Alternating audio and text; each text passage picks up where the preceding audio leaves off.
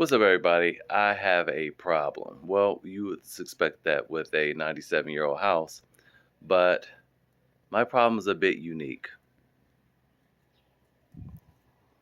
You see this cat? It's a stray. I don't know where this cat has come from, but every day she keeps trying to get into the house. Now that I'm talking about it, she's walking away, but just a few seconds ago, she wouldn't leave my leg alone. Anyway, here's the real problem. I have another leak. All right, you see that dripping, dripping? Now I said, okay, well, let me just tighten it up. It's already tight, so you can go loose. And we'll explain why no water is coming out of it, but you see that start dripping faster. And you see it's very wobbly, so we're gonna tighten that thing up. And this was loose. Okay. Yeah, so this was loose. So I decided, well, let me go ahead and just screw that screw in, tighten it up. Maybe that'll solve the problem. Nope, I don't know what happened to the screw, but it snapped off. Man, the neighbors, everybody think that's our cat. And see, here where I live, we got a register and all that. They're going to probably end up finding me because they think that's my cat. She have a collar and everything. I don't know who she belongs to. Doesn't have any information on it. All right, so now in the dungeon, my original thought was to tighten that up. When I saw that broke off, I'm like, okay, that's no big problem. We'll turn the water off on the inside of the house because every spigot has to have some type of shut-off valve right in the house, right? Right? It does. And it's right here. Now, in a video from, I don't know, a previous video, I don't even know if I posted it yet, this was having problems. It started leaking after I replaced after I installed the pressure regulator. So this started to leak a little bit. This was just loose though. So I tightened that down, but I noticed also this spun. It just keeps spinning. Now, when you have this situation, what I did, I loosened this up and I just pushed it in and tighten it up. Turn the water off when you do this. One, it'll reduce the pressure to make this easier to do. And then two, no water will come out. So I loosened this up, pushed it in, turned it to the right, and it started to tighten. It got tight.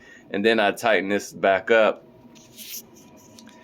And we got what you saw outside where it came to a slow drip, but the drip won't stop. And that drip is like maybe 3 gallons a day.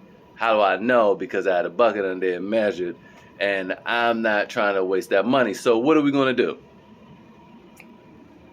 Replacing this valve is going to be a bit of a chore. This needs to be replaced, and so does the one outside. Now, replacing this one is going to be a bit of a chore because, as you can see, I can't exactly just unscrew this, not to my knowledge, because this is sweated together. And this, yes, that's screwed in, but there's no real place to, loosen it up from this. The problem is we have to lift that up.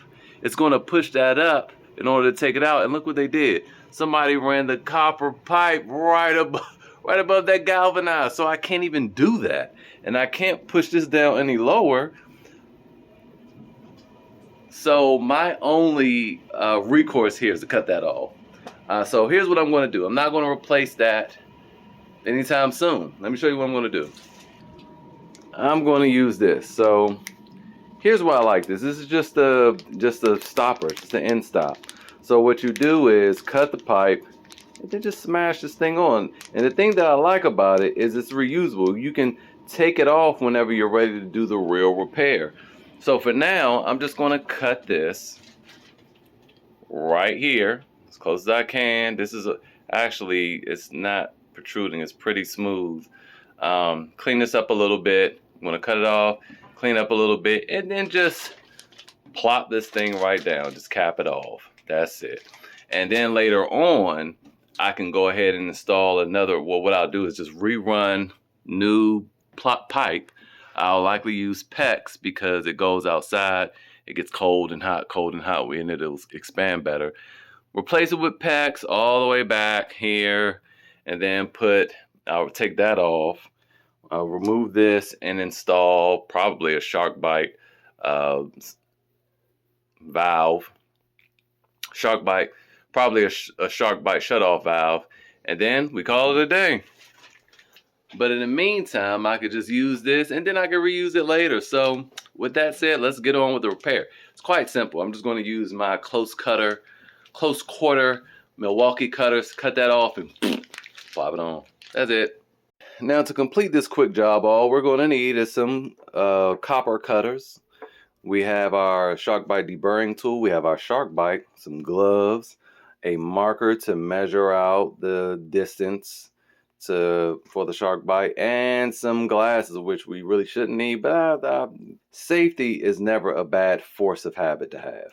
All right, now obviously there's going to be some spillage going on, so you might want to have a bucket if you can. Me, I'm going to have to use the shop vac because there's not going to be a place for the bucket to catch anything. So I have a shop vac. This is not necessary. Let's make this cut. But before we do, we want to turn off this water. And we want to turn on a faucet upstairs to drain this out so it's not too much craziness going on right here when we crack that open.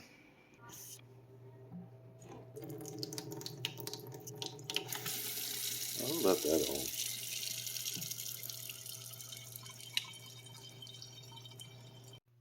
Look at her. Meowing, trying to get in. And if you really want to get it moving fast, turn on a tub faucet. That'll drain it out real quick. You're still going to have some spillage, but it won't be as much. Now that that's done, I'm going to make my cut right here. Right there. I'm going to wipe it off real good, but I'm going to make a cut right there. I don't have my tripod yet, so hopefully this is okay.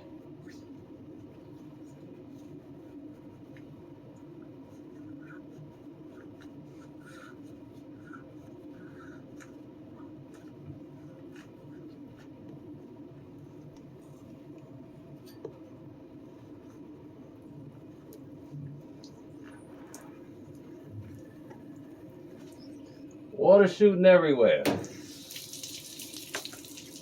Now that we've just finished taking a shower, we're going to go ahead and deburr this. It's going to be kind of tight, so we find a 3/4, but I think it's going to be kind of tight. It might match up with that other piece perfectly. Oh yeah, that's almost so tight. I mean, it's a little bit of room. I don't think that goes down all the way. Oh boy, that sucks. That's not down all the way. That's going to cause a leak. Whatever shall we do? Well, here's the hoping, because I'm just going to push this on, even though I didn't deburr it, because I kind of can't with this tool, because it doesn't reach down far enough. It hits this. So let's just, gosh darn it. So let's just try to put it on and see what happens.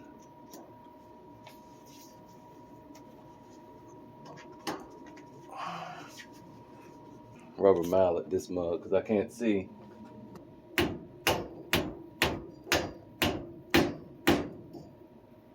That's gonna be a monster to get off too, probably. Let's dry it up.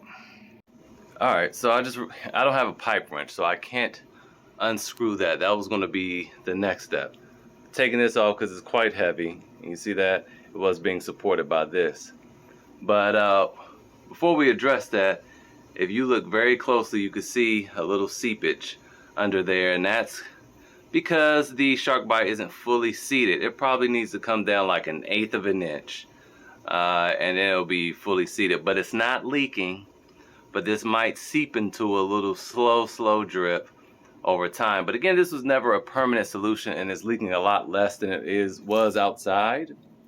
We're going to go outside and check that, but I know, of course, it's not dripping because there is no water going through the line. The line is cut. What we need to do now is secure this pipe so it doesn't cause issues with anything it might be laying on top of. I put a little thing up there. That's for like Romex and stuff like that.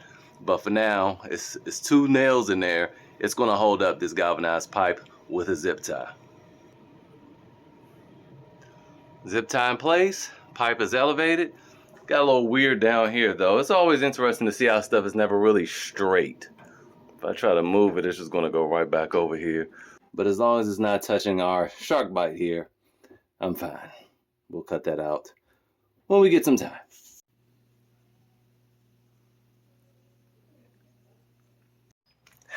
Oh, and here we are.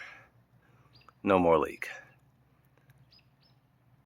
Now, this didn't go off completely without a hitch like I liked, but we got the job done. I'm just a little concerned about it not having enough space, you know, and that little seepage. So now I have to kind of rebuild that whole section to make sure everything has enough room and fits. That's why it's good to measure. What I should have did was just got a little hacksaw and cut it. But, you know, oh well, I gambled and it worked out okay. Anyway, that's today's video. I'll see you guys next time.